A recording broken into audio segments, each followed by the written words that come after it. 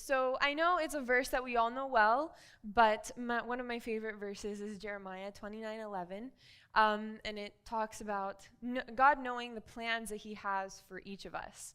Plans to prosper us, to give us hope and a future. And I really like to claim that verse, especially through some of the times where I don't really understand why things happen.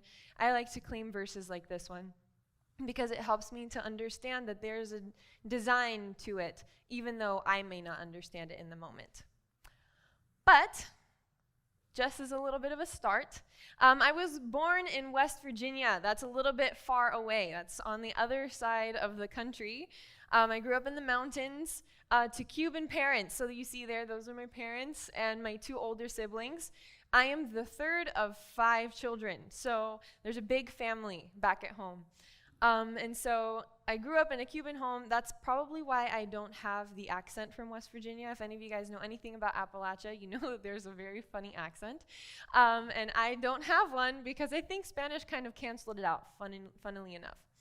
And so growing up, I had my parents. They raised me to come to church regularly. I was raised in Adventist. And I loved to learn Bible stories. My mom would read to me from the blue Bible stories. I don't know if you guys all have those at home. I'm sure a lot of you do. So I grew up reading from those, but in English and in Spanish both, because, have to get the language. So there's just a bunch of little pictures of me because, baby pictures are fun. Around this age, actually, I had started changing schools because I went to public school my first 2 years. I was in kindergarten and first grade in a public school. And then after that, I just wasn't really liking it. My parents weren't really liking the public school situation. So we actually had just moved to a new area in West Virginia that happened to have a local Adventist church that had a church school. So I went to the church school. And around this age, I remember we had a special visitor. She was a Bible worker, and her name was Lily. And Lily came to the church, and I know that she was doing a lot of things because I saw her up on the pulpit pretty much every Sabbath giving a bunch of announcements about projects she was doing in the community or whatever. And so I would hear all of these things, but she came and gave a story. She was giving a story and I guess kind of like a chapel service for the school on a Friday morning. And she was kind of speaking towards the high school students and the middle school students. And she was inviting the young people to join her in experiencing what God does door to door. And at the end, she asked people to come up to speak to her if they would like to take advantage of this opportunity. And so I was the only little kid that got up there, and I was 7 years old at the time, so I was about this age. So little 7-year-old me goes up, and I'm like, I want to go with you. I want to go out and knock on doors with you. I have no idea what that is, but I want to go. And she's like, well, honey, you're a little small, you're a little young. Maybe when you're a little older, we can do that. But I really appreciate your enthusiasm. That's great. And I was like, okay, well, that's fine. So I went home, and I was 7. I didn't really think much past anything long-term was kind of out of sight, out of mind. But then the next day at church on Sabbath, she came up to me and my parents, and she apologized to my parents and to me. And she said, I felt very convicted last night that I should not have turned away a willing heart, no matter how young.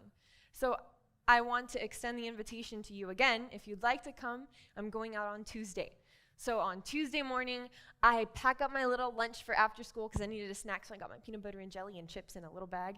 And I went to school, and after school, I met with Lily, and we ate lunch together, and we went out door to door. And my little 7-year-old self was like beamy-eyed, bright-eyed, excited because I got to see a bunch of people and I didn't understand the weight of what the words that Lily was sharing with them. I didn't understand it fully at the time. All I remember was seeing people touched. I saw them crying and sharing moments of prayer together. And that touched me so much. It lit my heart up on fire. And I was so excited. And it got to the point where now every single time I had family members coming into town, after church, I would say, hey, will you go pass out books with me after church? And we would get, you know how every church has like the different flyers and pamphlets and stuff. So we would take a bunch of those and we would go in my neighborhood and we would just knock on doors and say, "Hi, I'm your neighbor. I wanted to give you a gift." And so I started that around 7 years old. And I just loved it. And so growing up, I would participate a lot in church. You see here, like that's me and my family ready to go to church on the Sabbath morning. I was very involved with choir. I was involved with singing. I was a little bit nervous with getting up front, so I really kind of stayed away from anything as far as scripture reading or announcements or anything. I was like, I'll do music, and that's about it. So I sang a lot with my family growing up. And honestly, during this time, it was one of the things that was most meaningful to me in my experience with God in church. And around the age of 9 years old, my mom actually had gotten diagnosed with pneumonia, and the pneumonia was actually a misdiagnosis for what we ended up finding out was a fibroid tumor. And by the time that we had found it, it had already metastasized, and my mom went from fine to really ill, and then she ended up passing away all within 4 months. And at 9 years old, that really impacted me because all of a sudden I realized that people were finite, you know? And at 9 years old, that's not something that you normally think about, but the reality was kind of presented to me by life, you know? I now had to face the reality that people can leave. So I had to start trying to figure out, what can I trust? Who can I trust? Who will be there when the people who are closest to me are gone? And I had a great support system and family who helped me to cope with the issues of going through a loss that big. But it did deeply impact me in ways that I didn't really understand, even on a spiritual level. And I'll explain a little bit more about that in a little bit. Around the age of 13, though, after I had already had a stepmom, I was going back to school. I was kind of on the recovery of that loss, and I was now entering into my awkward teenage years. I heard another sermon. I don't remember who preached it for the life of me, but all I know is that the concept stuck in my brain. Whoever was speaking said, you know, we often send people overseas. We often support our missionaries overseas, and there's a lot of them, and that is amazing. You know, I've heard, my church even, we sponsored some missionaries out in the Philippines. We sponsored missionaries to Africa, and it was amazing to hear their testimonies coming back and all of these amazing stories of how hundreds and hundreds of people were getting baptized and how they were getting to know the Lord for the first time. But then the preacher said, but what about the people here? Have you heard any testimonies like that of people in the United States? And that's when it hit me. All of a sudden, at 13 years old, I was like, that's so true. We send a lot of people overseas, and that's a mission that should not be neglected. It really should not. But what about the people here? Because I remembered in my moments of public school, there were kids that didn't believe in Jesus, who I would say like, oh, I go to church on the weekends. What do you do? And they didn't go to church. They didn't do anything like that. And I was like, well, I think that's sad. We're supposed to be the country that has, you know, the leading technology, the leading knowledge, the best in all of these things, and yet our own people don't know who Jesus is. And I thought that was sad. So I purposed in my heart at that age, at 13, I felt that God was calling me to do missions, but not just missions anywhere, missions in the United States.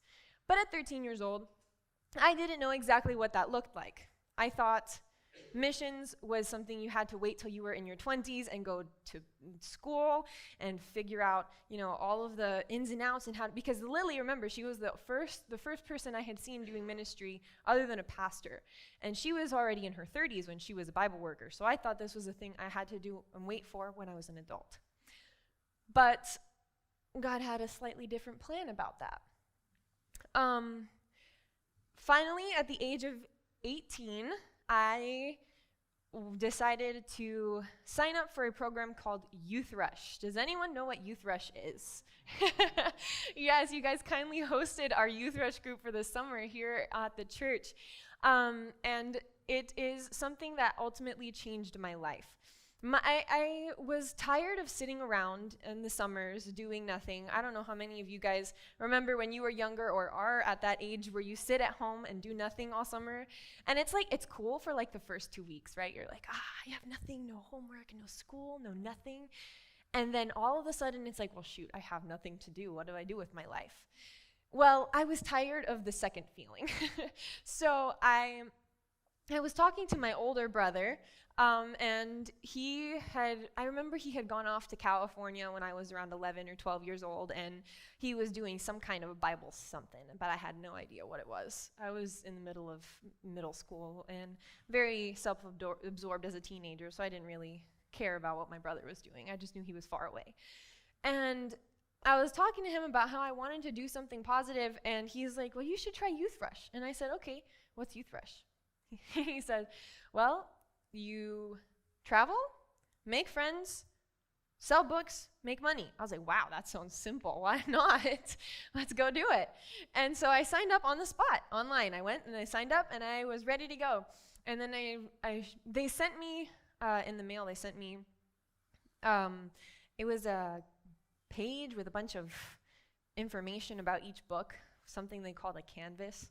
And I was like, oh, cool. So this tells me about what each book is. So I kind of looked it over and was like, okay, we have some health books, some other different, like some spiritual books, some kids. Awesome, that's great. We have so many. And I kind of learned about what they were about. And then I show up to Youth Rush, and they're like, oh, have you memorized your canvas yet? I was like, memorize what? Memorize what? They were like, no, you have to memorize it word for word. And I was like, oh boy. And you have to be able to say it all within a minute and a half. And I was like, okay, this is gonna be rough. I was like, that's not what I signed up for. I signed up for simple and making friends, but okay. I was determined, because once I started seeing my other peers, they were timing out of it really fast. And I was like, I'm not staying behind. So I got into it. And Youth Rush, this was my group from 2018. I had my leaders, and I had a bunch of students about my age, and it was the first time that I can say that I saw young people who actually cared about God. And I know that sounds strange. You would think that going to church, I would have seen that, but it was young people who actually wanted to see God work in their lives. And my leaders impacted me so much, because they were also young people, not much older than me, who were consistently searching and consistently growing in their relationship with God. And that just impacted me so much, because I realized not only was ministry something possible at any age, but I realized that it's possible to have a relationship with God and not be hypocritical or be misunderstood, or to be unclear about what you believe. And it made me realize how little I really understood about my own belief system, and how little I really trusted and believed in God. And this kind of links back to when I was a child and the losses that I had experienced with my mom. I realized that ever since that moment, I had issues with trusting that God wouldn't take things away from me. So I often took control of a lot of the situations in my life. And this was the first time where I realized that there is a God who answers prayers. I remember one time I was out in the field, that's what we call it. We're out going door to door. And I was knocking on doors, and I came up to this one door, but I had been praying the whole day that I would be able to share with someone the journey through mental health that I had been going through. Because I had been going through some depression about a year before, and someone had recommended that I read the book Steps to Christ, and that's one of the books that we carry from door to door. So I was really wanting to be able to share that story and that book with somebody in particular. And so I remember knocking on this door, and a young lady, probably in her mid-20s, opens the door, and we just started talking. I showed her our health book and our Steps to Christ. And I told her a little bit about what they were about. And I don't know why, but I felt like I needed to share with her why I was sharing the Steps to Christ with her. I shared with her my story. I told her that this book had impacted me. And I remember seeing her eyes welled up with tears. And she said, "How did you know that I was going through something like this?" And it was crazy, because mind you, I'm 18 years old. I have never really experienced God answering prayers directly in front of my eyes, as far as what I can remember. And all of a sudden, I'm praying for this all day, and this young lady, who obviously was praying for something similar, they coincided, and it was what we call a divine appointment, where God set up something that I could have never set up for myself. And it was something that impacted me so deeply in my spiritual walk and in my trust with God, because I realized that He cares about each and every one of our individual lives, even the things that we think are not relevant or not important, like our feelings or the way that we're feeling on a day-to-day basis. And He cares about all of those things. So these are a few more pictures from that summer. I had a lot of fun getting to know all of the young people. We all had stories to tell. And when I tell you, there's like hundreds and hundreds of stories that come out of every summer, most of which that we don't even remember unless we write down. It's a lot. God does amazing things with the young people in the summers. And after this, I had heard a lot from my leaders about this place called Souls West.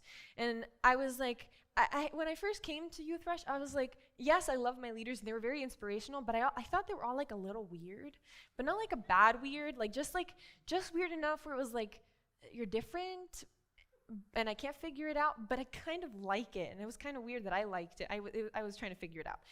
And lo and behold, as they started sharing, most of them had the school Souls West kind of tagged into their story somewhere. And I was like, well, what is this Souls West thing? And they told me about this school where you get to learn how to do outreach and evangelism from an experiential basis. Like, it's not just textbooks. You get to actually have your classes, but then put it into practice. And I was like, well, that sounds really cool. And they're like, yeah, it helps you to be able to be prepared for any type of ministry that you want to do. But get this, we focus on United States ministries. We focus on going door to door in lots of different states on the West Coast, and we try to target the everyday person of America. And I was like, wow, that's exactly what I want. That's like right up my alley. How do I sign up? I want to go. And they're like, you have to finish your last year of high school. I was like, dang it. And I remember some of my peers from the summer who were my classmates, doing the program with me, they got to sign up because they had just graduated, and I remember crying, and everyone was like, well, you're crying for support. I'm like, no, I'm crying out of sadness. I want to go with them because I really wanted to go and join this school. But I finished my last year of high school, and after that summer, I actually ended up getting rebaptized because it had impacted my life so much, and I got to know God on a one-on-one basis. It wasn't just a preacher telling me about who God was. Now I was experiencing Him for myself in my life. So I decided to get rebaptized at that age. And then after that, I went and did another summer of Youth Rush after I graduated high school, because, it kind of hit me kind of like an insanity in a sense. And here you might recognize a few of these faces, but this was my group of my second summer of Youth Rush as a student. I got to know Cecia Nunez, which you guys know, and Lizelle was also here in the summer with me, so you guys might have seen her before. And we served together in the East Los Angeles, Alhambra area, all of that area. We got to canvas, and it was a repeat of the summer before. I had amazing testimonies. Now, the difference between this summer and the last one is I really felt my calling towards the leadership aspect of things. It wasn't just God doing things in my life anymore. Now it was God wanting to use my life and my story to inspire others. And I had opportunities during the summer to share my story with some of the young girls that were with us that were a couple years younger than me. And it inspired me to be able to continue to prepare myself to share my story and continue to do ministry on a personal basis with people. And so that was the year that I was like, it's finally here. I'm going to Souls West. And so there I was at Souls West. This was one of my classes, actually. We were one of the biggest classes of Souls West when I first got there. This was one of our teachers. He taught our Daniel and Revelation class. And I had so much fun. It was like I was with like-minded young people. I was with young people who wanted to prepare themselves to share the gospel in whatever capacity that God called them to. And then, like, some of these people wanted to be nurses. Some of them wanted to be doctors. Some of them wanted to be pastors. Some of them simply actually just wanted to do ministries or literature ministries long term. And it was just so cool because there's so many people from different backgrounds who God is calling in different directions, but we come together to be able to experience a deeper, knowledgeable experience of getting to know God and our beliefs, and how to share those with the people that we don't normally see on a regular basis, and how to do ministry. So my first year of Souls, for those of you guys who don't know, Souls West is a 2-year program, and each year has a different focus. The first year, it focuses on the basic classes and teaching you how to become a leader for a Youth Rush program. The reason that they focus on the Youth Rush program is because of Youth Rush program leadership. It teaches you to do leadership in so many other capacities. So that summer, or that year, I was so excited because that was like one of the things I was most excited about. I would get to do the thing that the leaders did that inspired me so much my first summer. And that's what I really wanted to do. I really wanted to be able to help other people. So I was so excited for that. And I finally get to the training in January of 2020. I arrive at the place that we're going to be, the church, and I started my training, and I was so excited. And then I started realizing that the girls were downstairs in the church that we were staying at, and I was having a lot of problems going up the stairs. I would get shortness of breath. I would go up like 2 steps at a time, and I'd have to take a break, and 2 steps at a time, and take a break. And I felt like if I went any faster, I would definitely feel like passing out. And I was like, this isn't good. But it wasn't until I actually was leading. And for those of you who don't know, when you're leading a van, it seems like you're not doing much because you're driving a van around. But when you're actually giving books to the students, you need to run those books to them because of efficiency. You want them to be efficient. You don't want them to be waiting for you. So I could not run these books to students. If anything, I had to ask them to come to me to give them the books because I was just not being able to keep up physically. And one of my teachers actually noticed this, and he said, Victoria, I think you need to get this checked out. And I was like, no, I'm fine, I'm young. He's like, no, I think this is serious because there's a principle that if you're running, your students will be walking. If you're walking, your students will be crawling. And if you're crawling, your students are sitting on the sidewalk. They're not doing anything. So right now, you're barely walking. This is not going to be good for you long term. And once he put it into the aspect of leadership, for some reason, it really hit me. And I was like, okay, let's get it checked out. So I ended up going to Texas for some health tests. And lo and behold, this little thing where everyone was thinking, oh, it's probably asthma. You know, you're going up the stairs, probably like some kind of lung problem. It ended up becoming a diagnosis for a chronic illness that is like 1 out of every million in the United States. So it's a very rare disease. I guess a little bit of a science lesson. Let's see if you guys can remember the mouthfuls. It took me a while. Don't worry. I won't quiz you later. So I have a disease called chronic thromboembolic pulmonary hypertension. So it's a big mouthful, isn't it? So in short terms, that just means my body makes blood clots, and those blood clots got stuck in my lungs. I didn't know they got stuck in my lungs because I didn't have any symptoms about them getting stuck in my lungs, but slowly they would build up until my heart was getting weak from all of the pressure, and that's what was causing me to have the fainting spells. So I ended up in the hospital. I was in the hospital for weeks, and they did a lot of treatments, a lot of different things, trying to get tested, and then afterwards I had lots of medications that did things like this, where it was a bunch of rashes and brain fog, and all of a sudden, the things that I had asked for, the things that I was so excited about, seemed like I would never get them again. Because I had just left Souls West thinking, I'm going to come back, right? I'm just going to get checked out and coming back. And lo and behold, I start having these major symptoms, these major health problems, and I had to call them and tell them, I'm not coming back, and I don't know when I would ever be able to come back. And it really impacted me spiritually, because here I was at 19 years old at the time, and I had decided to dedicate 2 years of my life to ministry. I was going door to door.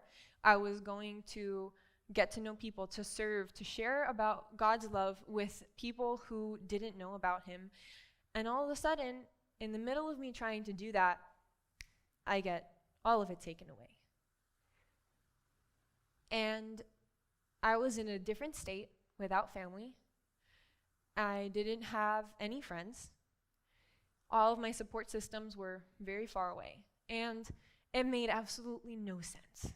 None. And, I guess this is a moment where everyone kind of wants to hear, like, oh, but I clung to my faith and I held on and I clung to verses. I honestly did not. I was having such a hard time spiritually, it made no sense. I would ask God, why? Why me? Why here? Why this disease? I could not make any sense of it. And it got to the point where I was like, you know what? Until you give me answers, I'm not talking to you. And so I took my time. And it's funny because I brought this up to my older brother again, and I was like, this is what I have trouble doing devotions. I have trouble even reaching out to him, partially because of the medications and the brain fog that was caused by them, but partially because I don't feel like doing it anymore. And he said, don't. My brother's a pastor, by the way, an Adventist pastor. And he says, well, don't. I was like, what do you mean, well, don't? You should be telling me I should. He's like, no, don't. God never asks you to do something that you do not want to do. Don't do it. But just make sure that you're open to hearing him if he talks to you. And I was like, well, I'm open, but I'm not reaching out. So I went through this time where I was going through a lot of darkness. Physically, emotionally, mentally, spiritually, everything seemed like it had been taken away. And as you can see there, I was on supplemental oxygen.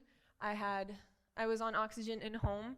So even at that point, even my freedoms were taken away. I couldn't go to the grocery store for more than an hour. I had to ride a little handicap cart and carry around a big old couple liters of oxygen with me with a tube in my nose. Going out of the house became super annoying. I didn't want to leave because I had to lug heavy things that I couldn't carry. I felt like a burden to the people who were caring for me, to my parents. I was not doing well, spiritually or physically. But there ended up, finally, after like 4 months or so of just medications and not knowing what was going to happen. Mind you, this is in the middle of COVID, and I haven't mentioned COVID because COVID was the least of my problems at the time. Everyone was freaking out over COVID and not being able to leave their house, and I couldn't leave the house because of oxygen. So same kind of situation, different kind of reasons. And so I finally heard from the doctors. They're like, you're not going to be able to have surgery until January of 2021. I was like, oh my gosh, that's a long time. But God worked it out somehow, because I ended up accidentally they titrated one of my medications up to a dose that was slightly too high, and I ended up getting really woozy and feeling like I was going to pass out when seated. So they sent me to the hospital, and while I was there, the doctors were like, well, let's just do your pre-surgery testing because we need to do most of the testing anyways. So they did all my testing, and they said, oh, you're actually a candidate for surgery. But just so you know, the surgery only has a 50% chance that you'll actually be able to go back to being a normal person. And I was like, great. What kind of surgery is it? They're like, oh, it's called a pulmonary thromboendarterectomy. In short terms, it's an open heart surgery. I was like, oh, okay. So open heart surgery, 50% chance. That's great odds. But I was like, you know what? Mind you, at this point, I was going through all of my mental and spiritual lows, right? So at this point, I was like, you can do whatever you want to me. It's actually, at one point, I was staying with my parents, and they were telling me, like, how do you feel about the surgery? I'm like, honestly, I'm okay if I don't come through surgery. I'm okay if I don't come back. And my parents took a moment of silence, but my aunt, who was visiting, she spoke up and she said, wow, sweetie, that's such a beautiful place to be in your walk with the Lord. I was like, okay, I'm not going to say anything else. But I didn't see a point in continuing to live with the way that I was. And I didn't understand what kind of crazy plan there was and why a good God would have a plan that included all of this craziness, because it just didn't make sense. Why would someone who chose to serve the Lord end up being the person who cannot serve in any capacity, but being at home? But I was like, okay, let's go with the surgery. So this is the day before my surgery. I went out to breakfast with all of my family, and we had a huge breakfast all together. And in the back of my mind, I was like, this is the last time I'm going to see them, because I was ready to not come back or see them again. But I did make it through surgery, and there's me post-surgery. This is the morning of, and this is like 2 days later when I was actually moved to my hospital room from ICU. I woke up, and it's funny, you would think like, wow, I'm alive. No, I was like, dang it, I'm alive. The reason I said dang it, though, is because I was like, it hit me that now I still had life to live. And now I had to figure out a way, in my mind at least, to pick myself up, pull myself up by my bootstraps and go forward with life, because obviously I still have it. So what am I going to do with this? And at this point, I'm really just coping with a lot. And I went back home and for Thanksgiving and Christmas, and I took like 3 months of recovery back at home with my parents in West Virginia. And me and my grandma actually had open heart surgery like when I was 11 or 12, so we have matching scars now. So that's a picture of both of us with our matching scars. So I was just coping with the spiritual, the emotional, now the physical, that was kind of getting better, but the only thing I could look back and see was that God definitely brought me to Texas. I definitely ended up there for a reason. Just to kind of give you like the overarching view, once I was at the end looking back, I was like, okay, I was in California and I was feeling sick. I was supposed to be in Texas just for a 2-week period. But that 2-week period ended up turning into the rest of the year. But in Texas, I just so happened to find the leading hospital for my condition in all of the southern United States, just coincidentally. So I definitely didn't think that was a coincidence, because I definitely don't believe in that. Even though I'm going through all my doubts, I definitely don't believe that's coincidence. So I ended up there. I ended up actually having a family who was willing to take care of me and who supported me through my process of my health battles. And even though they weren't necessarily my family, they were there for me. They took care of me, and they were an Adventist family who helped me to even continue staying more naturally healthy while still doing medication. So it was a blessing to be there. Obviously, in the moment, I don't see that. This is me at the end after surgery looking back. Then at that point, the doctors had told me I was only a 50%, like there was only a 50 chance that I would be a candidate for the surgery, and somehow I ended up in the hospital at the right time, and I ended up having my surgery on October 19th of 2020 instead of January of 2021. So actually it's going to make 2 years anniversary here in this next week since my surgery. And so the only thing that I could see looking back, even though it didn't make sense, was that there's definitely a plan happening. But I couldn't understand it. So after I started feeling better, I went back to Texas, and I lived in a little apartment that I had rented there by myself for a few months. And all I did really in those few months was go to the store to get groceries and come back home. And that's pretty much all I did for a whole couple months. And during this time, it was the first time after almost a year that I decided to pray the prayer, you know what, Lord? If there was actually a plan, and if you actually care, show me. Because I don't have the interest to find you and understand, but I am open to you proving me wrong, proving my thoughts wrong. And I had started therapy around the time that I had gone through surgery, and so I was working through with a therapist, working through some of the health aspects, that how it affected my mental health. And she was an amazing Christian lady who helped me so much with being able to understand that it's okay to be angry at God, that it's okay to have these doubts. But what's not okay is to dwell in them and sit in them, because that actually hurts you more than it would ever hurt God. So she encouraged me to take my time in my healing process, but to make sure that I was at least open-minded to God proving me wrong. And so this was the first time that I prayed that prayer. And he started answering. He allowed me to be able to feel good enough to start going back to school. And so I started with Arizona State University with an online program, and I started taking some more of my general classes. I didn't feel like I would ever be well enough to go back to ministry just yet, but I was participating in the local churches with doing song services, and going back to kind of like my roots growing up, where I just sang a lot in church. Didn't participate with heavy ministry, but I was just singing a lot.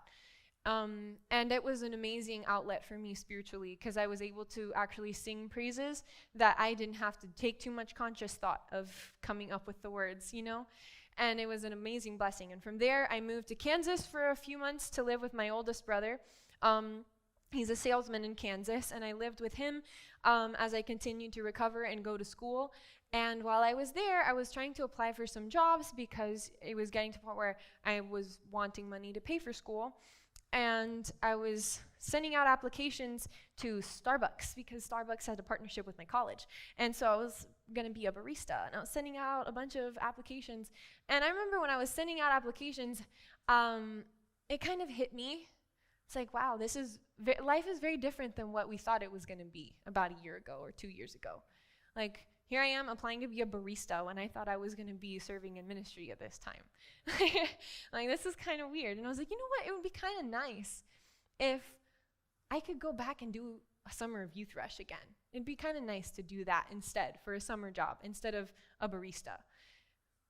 But the problem was, this is me in my head. Like, I'm talking about completely in my head, not verbal at all. I'm sitting by myself in my room. And I'm like, well, it'd be kind of nice. And I'm like, no, we're not doing that. We already know how to do the leader's job. If we came back as a student, we would be the worst student ever because we'd be trying to tell the leaders how to do their job. So, and plus, those leaders are kind of like my peers anyways. We went to school together. It would just not work out. We couldn't do that. The only way that we would be able to do that is if someone asked us to be a leader. And no one's talked to us in a while, so I have a feeling that's not going to happen. But yeah, sure, if someone told us to be a leader, then fine, we could go back and do Youth Rush. And I was like, yeah, right, very funny. So I kept sending out my applications. Kid you not, 2 weeks later, I'm waiting for these applications to come back because normally it doesn't take them that long when they need people to get back to you.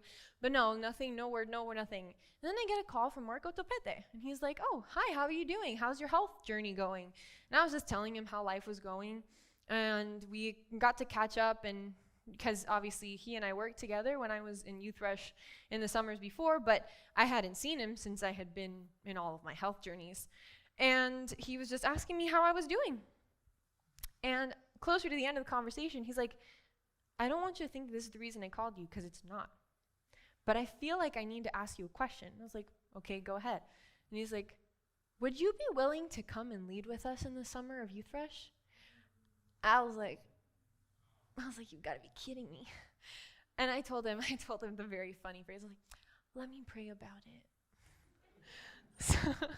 So I took my time, and I was like, and so I hung up the phone with him, and I remember I was just kind of sitting in my room that night after I had finished doing the other things I needed to do, and I was like, okay, God, so, you and I have been going through this journey. In that month that I had been in Texas, I forgot to mention this, I asked very difficult questions of God to answer me. I asked him, essentially, why did we believe what we believed as Seventh-day Adventists, going through all 28 fundamentals, but without doing it by, okay, this is what the Bible says, because I could tell you all the verses on what the Bible says. I had been to a Bible college. I had grown up in the church. I knew where the verses were. I needed him to show me how those are all applicable experientially.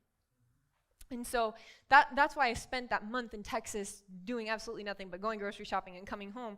Because when I was home, all I was doing was listening to sermons and journaling and reading and studying. And that's all I did. And I was contemplating a lot of my life and trying to figure out, where does God fit in my life? Where do my beliefs fit into my life? And I was figuring out a lot of that. So me and him had gone through this really powerful journey in the last few months. So I'm over here praying up in my room, and I'm like, okay, so we've been doing a lot of this whole talking situation, so what exactly do you want me to do? And I kid you not, I hear it almost like it was someone talking to me in my head, and he said, I don't know what you want me to tell you. I was like, okay then, fine. So I was like, and then I remembered that conversation that I had had in my head like a week or so before, and I was like, okay, sure, we'll do it, why not? And so I called Marco again the next day, and I was like, hey, I'm going to do it. Where are we going this year? And he's like, we're going to Arizona. I'm like, where? Phoenix. I'm like, oh, great, 120-degree weather. So this was my youth rush group, and this was my first summer as a leader. And I got to co-lead with Lizelle, who was also a student with me whenever it was my second summer as a student. We went to Souls together for the year that I was there, and now we got to lead together. And it was fun because I actually not only had my friends there, but if you look at these two right here, these are my two younger siblings. They actually came to Arizona with me. So this is my sister, Raina, my brother, Christian. They're my two younger siblings. And it was really cool because I got to be able to watch my younger siblings have a similar experience to the one that I had a few years before. And we learned so much that summer. I learned so much about leadership. I learned so much about young people and how to work with them and how valuable each and every one of them is, because they're young people are in this kind of space where they're making a lot of decisions, but they don't have a lot of information yet to make the decisions. So it's really cool to get them started on a journey where they get to learn directly from the Lord what God wants from them in their life. And so that's what I got to do through this whole summer. And at the end of the summer, actually, my sister ended up getting rebaptized as well. And I had a really powerful conversation with her before she went over to get baptized. And she said, she had tears in her eyes, and she said, you know, Victoria, whenever you were sick, I prayed to God to answer my prayers so that you would be okay. And I prayed and he answered, and I'm so thankful that he answered and that he came through, because if he hadn't, I don't think I would be here today. I don't think I would believe in him or want to follow him or have any desire spiritually anymore. But I prayed and you weren't taken away from me. And watching you go through everything that you went through with your illness and how you battled and how you were still kind to your nurses and how you still kept fighting even though you were going through a lot spiritually, it helped me to see that God is real. And that was the first time that I got validation post-surgery, that even though it made no sense to me that I went through what I went through, that the story can still have an impact to the people around me, even as close as my own sister. And I definitely don't believe that God chooses to give us bad things, because there's the verse that says, if fathers know how to give good gifts to their children, how much more does our Father in heaven know how to give gifts to those who love him, okay? So I definitely don't believe that God ever gives us trials and tribulations with the purpose of making us go through horrible things. I think that as a result of sin, we go through a lot of horrible things in our lives that are beyond our control, but that God ultimately has a plan to work every single trial that is brought to us from evil forces, from the devil, to make it be a blessing. And I think that is the biggest testimony of God's power, is that he can take all of the negative things that Satan does in our lives and turns them into a positive for the people who are around us. And it becomes a testament, instead of a testament for evil and for what Satan is trying to accomplish, it becomes a testament for God's goodness and his love and his mercy. And that is literally what was happening through my experience, and I had no control over it. I had no idea it was going on. But this summer was powerful for me just because of the experience I saw with my siblings and my students. And then halfway through the summer, I get an invitation from the newest director of Souls West, and he says, "Hey, Victoria," because I didn't know him before the summer. He says, "Hey, Victoria, I know that you came to Souls before, and I was wondering if maybe you'd like to come back." And I was like, "Well, the problem is I didn't get to finish my first year. I only finished half of it. So I would have to basically restart, and I don't know if I really want to start all over again. That's a lot." He says, No. I mean, like, just to start with the second year, to get the newest part that you're missing. Because I don't think you're missing much of what the classes that you missed during the first year. Seems like through your experience, you've kind of learned a lot of those lessons." And I was like, "Okay, let me think about it." And I thought about it, and I prayed about it, and I realized that God was giving me a chance to take back what I thought he had taken away from me. And he was giving it back to me, and I accepted the gift. And so I went back to Souls West, and I joined a new class. So it's funny because whenever I am with my former classmates, they never know which class to really group me with, because I started with one and finished with another. So this was the class that I joined, and it was one of the smallest classes of Souls West, and we did so many things during that second year. I think, honestly, I liked the second year more than I liked the first year because of the areas of ministry that we got to cover. So this is us participating with the Streams of Light. You might have heard a little bit about that a couple Sabbaths ago. We participated with them when they were doing a Flagstaff mission trip, and we got to help them to do outreach with the Great Controversy and the entire area of Flagstaff. It was thousands and thousands of Great Controversies that we put out. And it was powerful. We got to do like this work with local churches, and even people who have been traveling all of the United States to do this mission. And then I got the opportunity to serve in a Bible work practicum in Ojai, California. So it's actually not too far from here.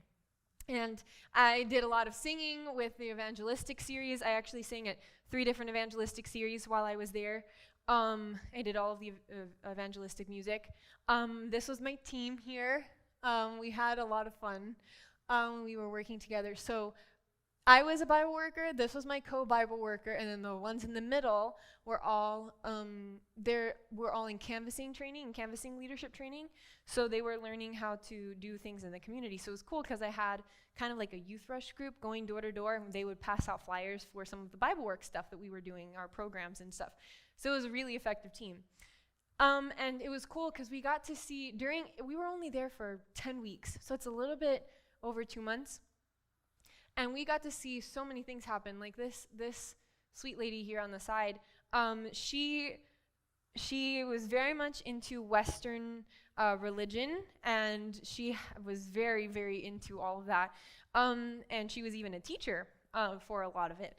And my friend actually knocked on her door, and long story short, she ended up coming to our evangelistic series and getting to know the people at the church, and she was absolutely floored by Jesus and his goodness. She said there's nothing like Jesus really in Eastern religion. God, like Jesus is just all loving and kind and all good things, and she was absolutely in love with Jesus. To the point where she actually started becoming active in the church, and then just a month ago, she actually got baptized in the church in Ojai. And so we got to see so many things happening that happen a little bit slower than it does from door to door when we do canvassing work. But it was really powerful, fundamental growth in people's lives, and that impacted me so much. So much so that I took a call then to put my name out for a Bible work position in Southern California. But before I did that, I ended up doing another summer of Youth Rush here, actually based out of here in Simi Valley, and I got to know some of you during the summer too. And we had a lot of fun. We reached so much of the surrounding areas, and I was, a lot of retrospect was happening during the summer for me in the last 2 years, and everything that had happened, where I had started and where I was finishing, where I was at now.